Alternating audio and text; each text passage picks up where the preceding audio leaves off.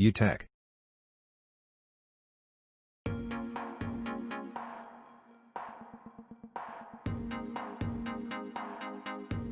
Click on the three dots from the top right side, and go to Settings.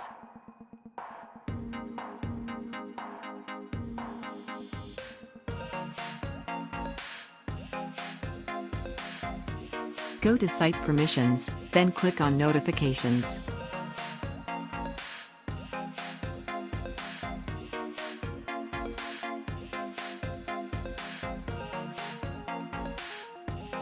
Switch the button to the left, and remove any notifications from the Allow section.